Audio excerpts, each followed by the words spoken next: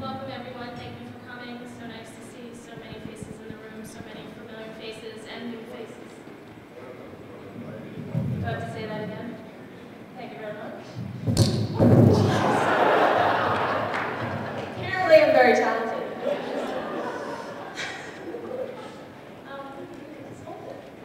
Right? Like the talk show.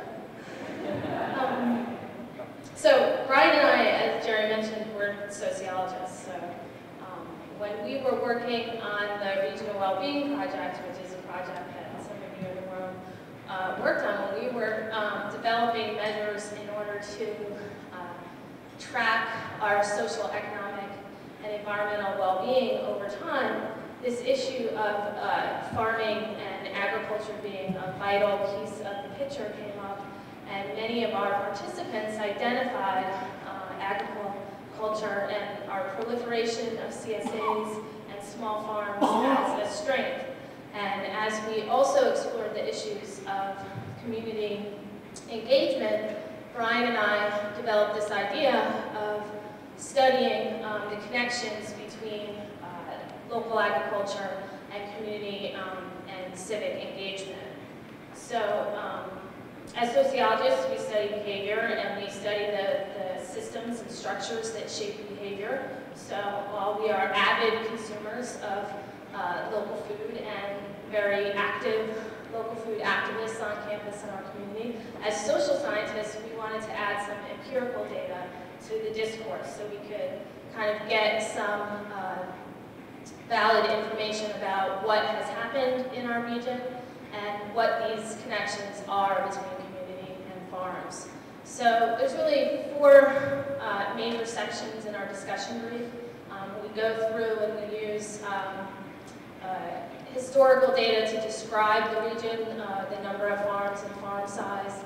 We talk about why it's important to nurture and preserve local regional agriculture.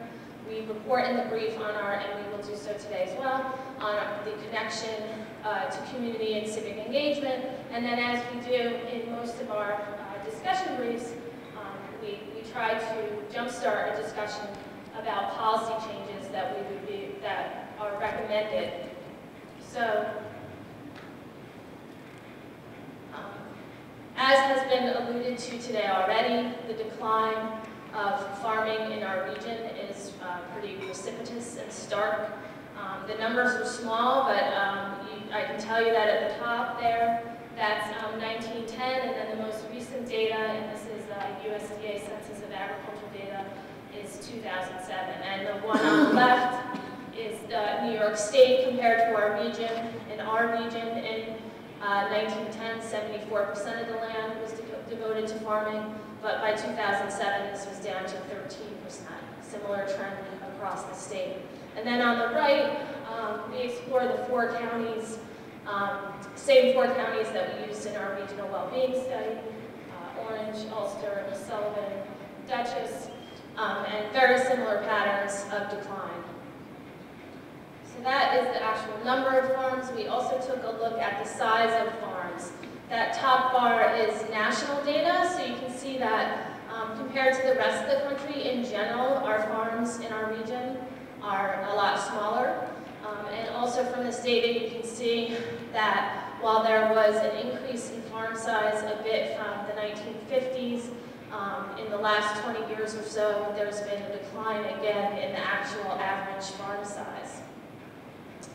Then we took a look at size by category, taking into account large, medium, small, and what we call very small.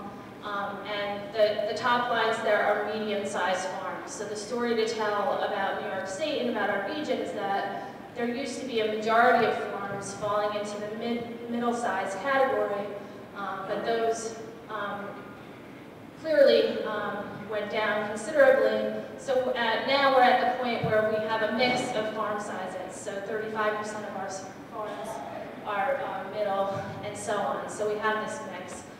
And we thought that that would be something important to consider when we were thinking about connectedness to farms, because we thought smaller farms, very small farms, might have different connectedness. And now I'm going to pass this to Brian. Yeah, that shift in the size of farms we found very interesting. I mean, a lot of people recognize that the loss of mid-sized farms is a significant problem. The thing that we see a little bit of hope in is the uptick in the number of very small farms. And this, as you probably know, is part of a larger sort of cultural change, interest in our society in buying locally produced food. People do this for a number of reasons. To support the local economy, primarily, is the number one reason why people give this, to buy local goods. There is this sense of connection to place, and you've heard the reference to the slow food movement. There's this notion of a cultural identity tied with the goods that are produced in a particular area. A lot of people are concerned about overdevelopment, which is a good part of the reason why we've lost agricultural land in our region. And there's a number of other benefits associated with local food.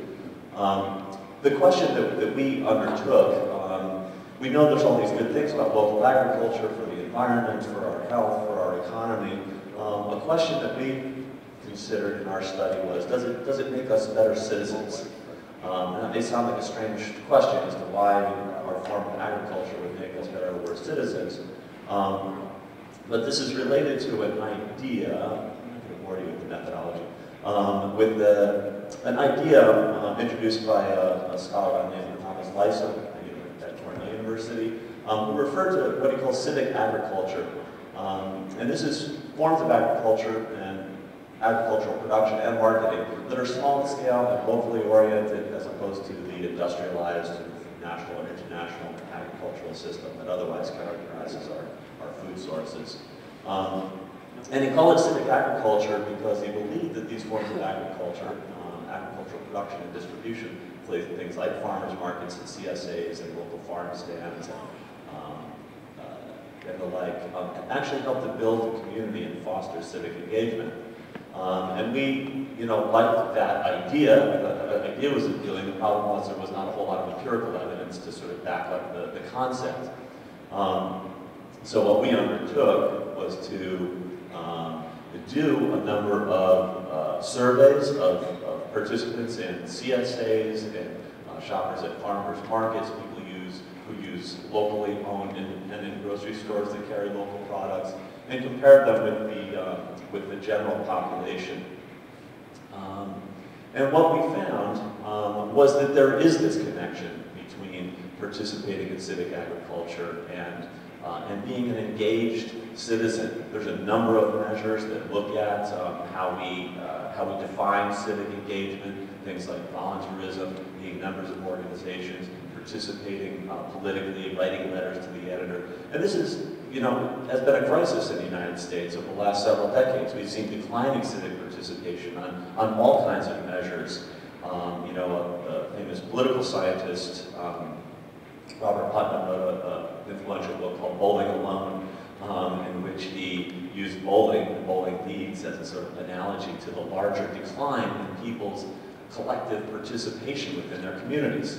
People don't belong to bowling leagues anymore. We're all bowling alone. People don't belong to social organizations within their communities. People don't belong to voluntary organizations, political parties. We're disengaged. And this has significant consequences as far as how our democracy operates. People who are not connected to one another in their communities tend not to participate more in the democratic process. They vote less, they don't attend local board meetings. They're generally disengaged, and obviously that is problematic in a society where we are supposed to be ruled by the people. So, so Putnam was focusing on the fact that we've sort of lost these entities, lost these organizations that sort of bring us together, form that sense of collective identity, connect us to our communities, and in that way lead us to engage more in the political process. Our hope, building on Lyson's civic agriculture idea, was that these small enterprises are in fact doing that, are helping to reconnect us to our communities. And what we found was that there is support for that thesis. Looking at the general population compared to what we call civic agriculture consumers, and again, we surveyed people at CSA members, people that shop at farmers markets, people that use independent local grocery stores. compared them to the general population. You see much more in the way of volunteerism among civic agriculture participants. Another sort of measure of civic engagement or awareness is how people view their communities. People who are more engaged and have more positive sense of their community. You can see the differences between those who engage in civic agriculture relative to the general population. That sense of being able to make an impact in your community, much higher among civic agriculture participants. Those might be too small for you to see, as they are for me. But essentially, they consistently show those who engage in this form of agriculture are also more engaged on virtually every measure of civic engagement. The last one is sort of an interesting one. We could talk more about that. It has to do with contributing money. So it's people who are sort of disengaged in the community write checks more, but they're not necessarily engaged in their communities more. Now, what we found particularly interesting was that when we broke down our forms of civic agriculture, you know, if you think about, well, what about civic agriculture? What about these, you know, getting our food in this way would make us more tied to our communities? And I think all of these things would, CSAs, you know, shopping at farmers markets, shopping in independent grocery stores. And if you doubt that, just consider how many real conversations you've had in a supermarket. You know, for many of us, you know, the extent of the human exchange that you have in a supermarket is, you know, paper or plastic. You know, thank you, have a nice day. That's it. I live in New Paltz, it's a small community. I don't think I've ever had the same cashier twice when I've shopped at the supermarket.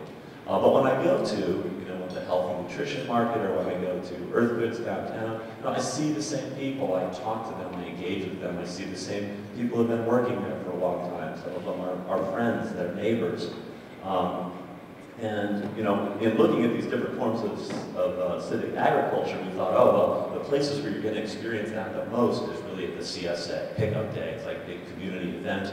If you're members of CSAs, you might have experienced this. You know, you see your friends, you see your neighbors, you see the other CSA members, and you talk with them, you talk about your community.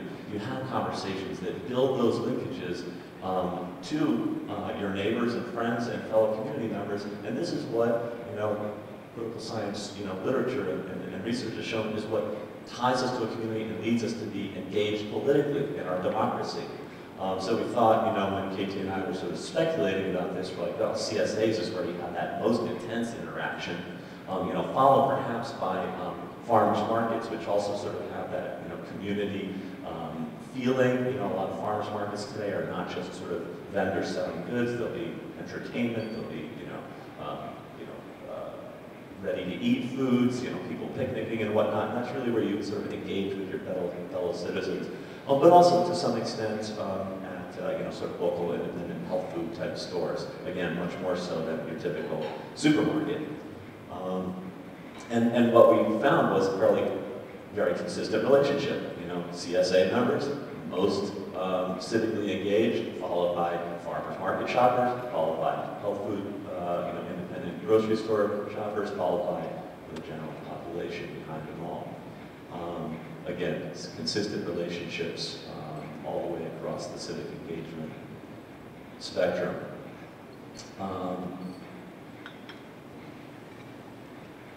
What we conclude from all this is that, as we all know or believe, that local agriculture has its benefits in terms of our environment, our economy, our health, but local agricultural production and distribution systems actually build our communities and strengthen our democracy.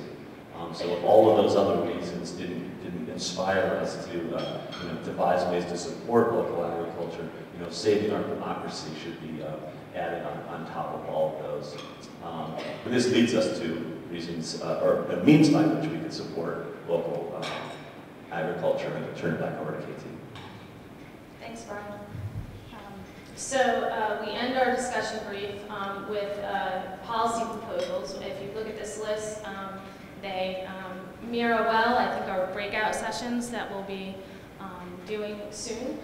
Institutional buying, looking at large buyers like schools and colleges, ways to work regionally and find economies of scale, looking at our systems of taxation and how can they help farms stay, land use policies, marketing across our region and in the New York City metro area. And as always, we look at the federal, state, and local level actions. Part of the framework for how CRREO uses our discussion briefs is that we'd like to put them out into the discourse and then bring people together to talk about these issues. So this conference today really is an extension of this CRREO process of starting this conversation.